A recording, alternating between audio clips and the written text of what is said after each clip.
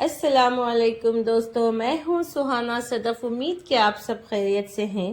دوستو آج میں کھانے میں بنانے والی ہوں بھنڈی کی دال، جس میں بیگن بھی ڈالوں گی، اور ساتھ میں آپ سے گفتگو کروں گی کہ خرچہ دینے والے کا ثواب صدقہ دینے والے سے زیادہ ہے۔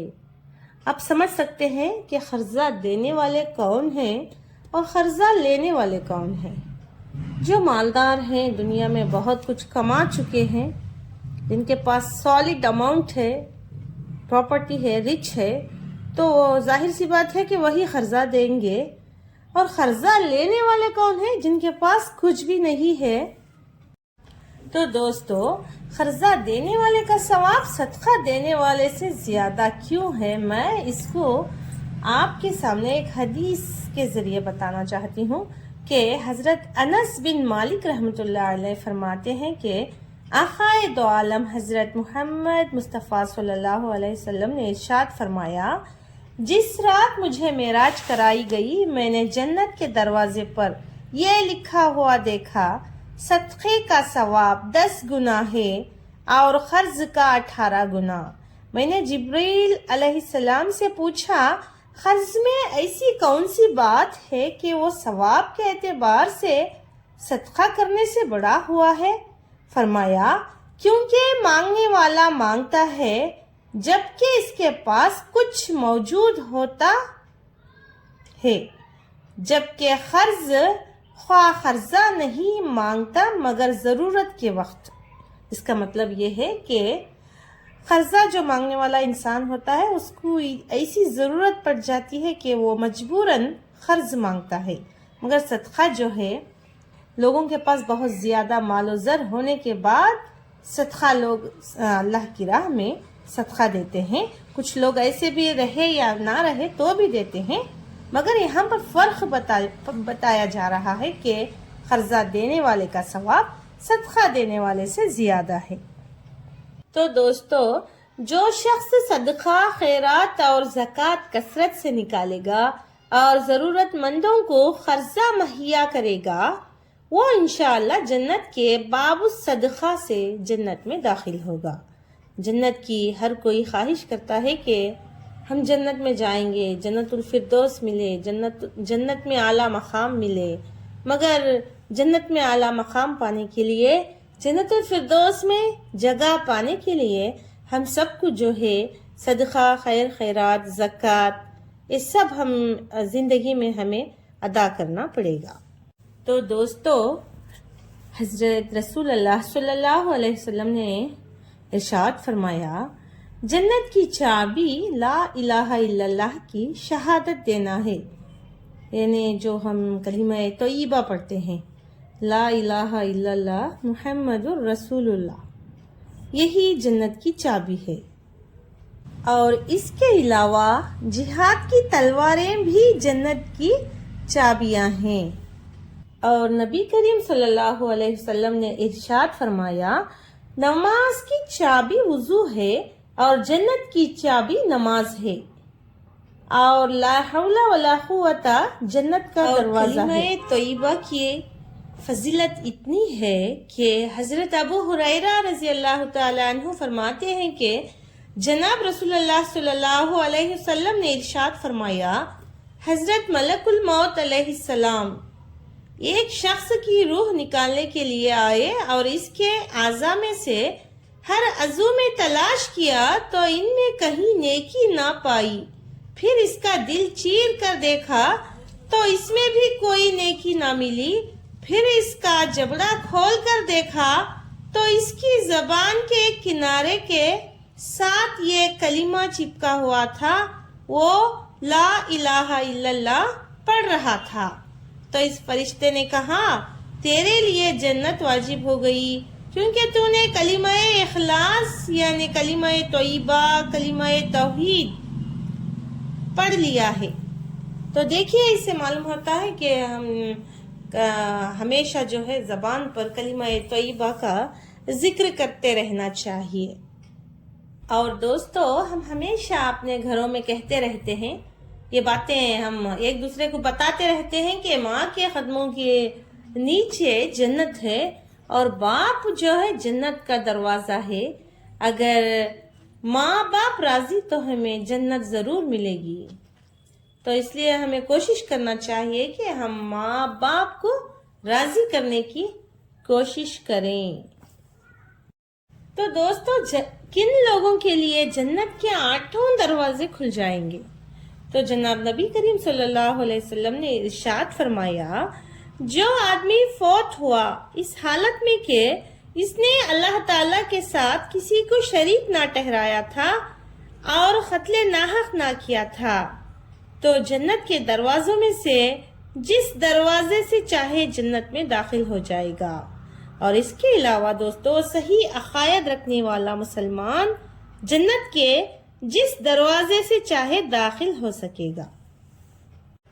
اور اللہ تعالیٰ کی عبادت کرنے کے لیے جو اچھی طرح سے وضو کرتے ہیں، یعنی تم میں سے نبی کریم صلی اللہ علیہ وسلم نے ارشاد فرمایا، تم میں سے جس نے وضو کیا اور اعضائے وضو تک پانی کو اچھی طرح سے پہنچایا، وضو سے فراغت پر کہا، اشہد ان لا الہ الا اللہ وحدہ لا شریک لہ واشہد ان محمدًا عبدہ ورسولہ، میں گواہی دیتی ہوں کہ اللہ کے سوا کوئی معبود نہیں، وہ اکیلا ہے، اس کا کوئی شریک نہیں، اور میں گواہی دیتی ہوں حضرت محمد صلی اللہ علیہ وسلم اس کے بندے اور اس کے رسول ہیں. تو اس کے لیے جنت کے 8 دروازے کھول دیے جاتے ہیں، ان میں کہ جس سے چاہے گا وہ داخل ہو جائے گا.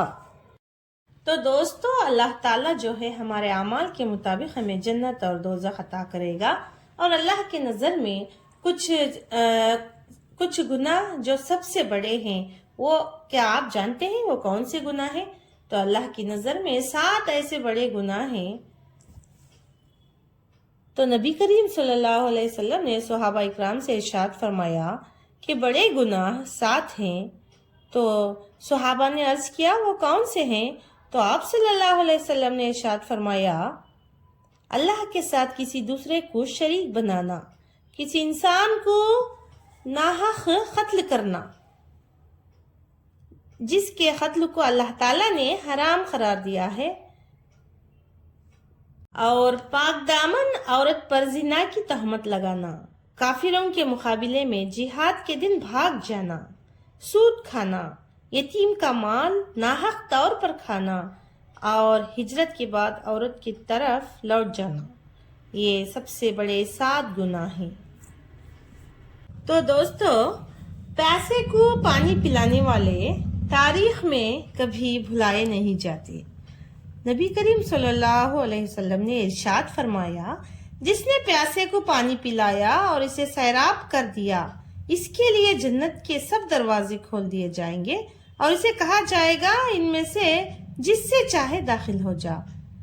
جس نے کسی مومن کو کھانا کھلایا حتیٰ کہ اسے سیر کرا دیا، اللہ تعالیٰ اسے جنت کے دروازوں میں سے اس دروازے سے داخل کرے گا جس سے کوئی داخل نہ ہو سکے گا سوائے اس کے جو عمل میں اس جیسا ہوگا.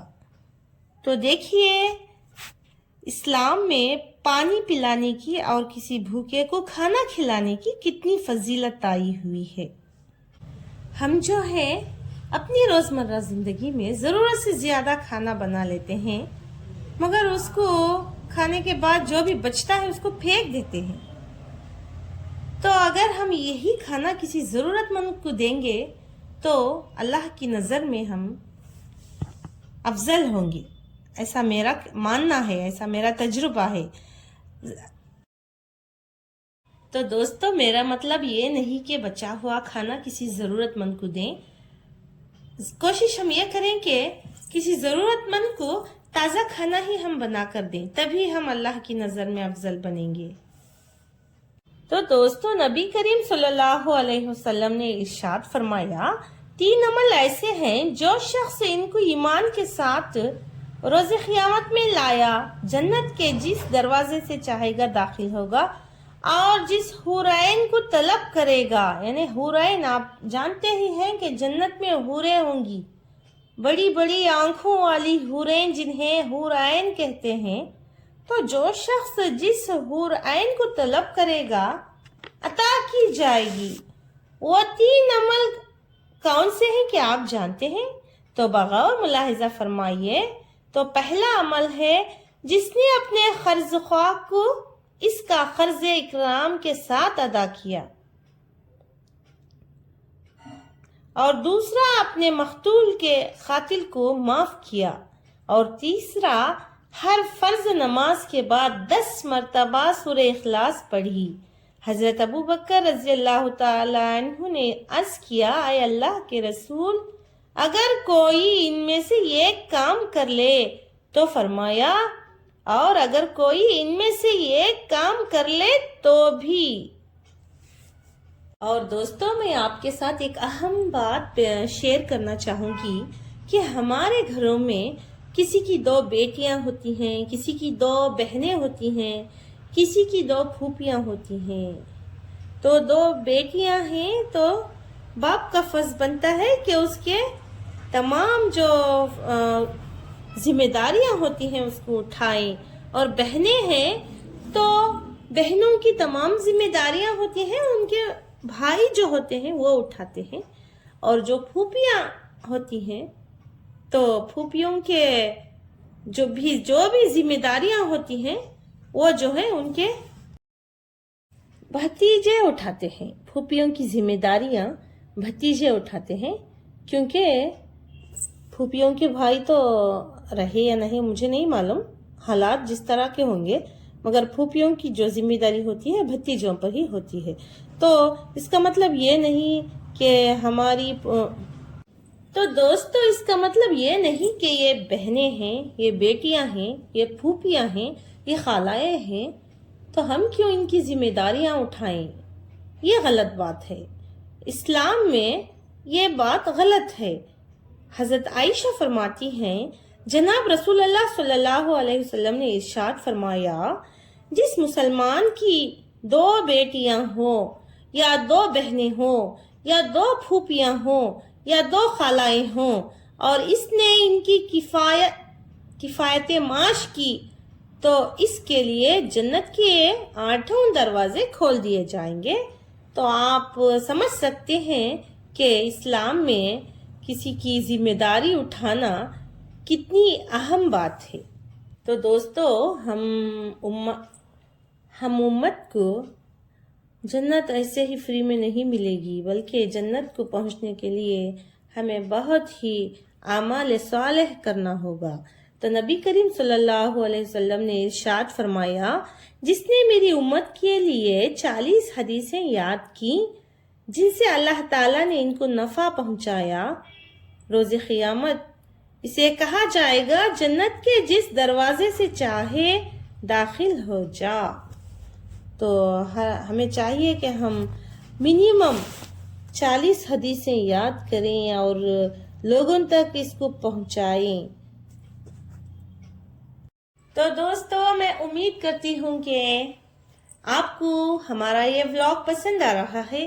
اگر آپ کو ہمارا یہ ولاگ پسند آ رہا ہے تو آپ ہمیں لائک کیجئے، سبسکرائب کیجئے، شیئر کیجئے، کمنٹ کیجئے۔ پھر ملیں گے نیکسٹ ولاگ میں۔ اللہ حافظ۔ السلام قبل الکلام، بات کرنے سے پہلے سلام کیا کرو۔ تو آپ سب جانتے ہیں یہ حدیث میں نے کیوں کہا ہے، کیونکہ ایک حدیث کو ایک دوسرے مسلمان تک پہنچانا سنت نبوی ہے، تو اس لیے میں نے کہا ہے السلام قبل الکلام۔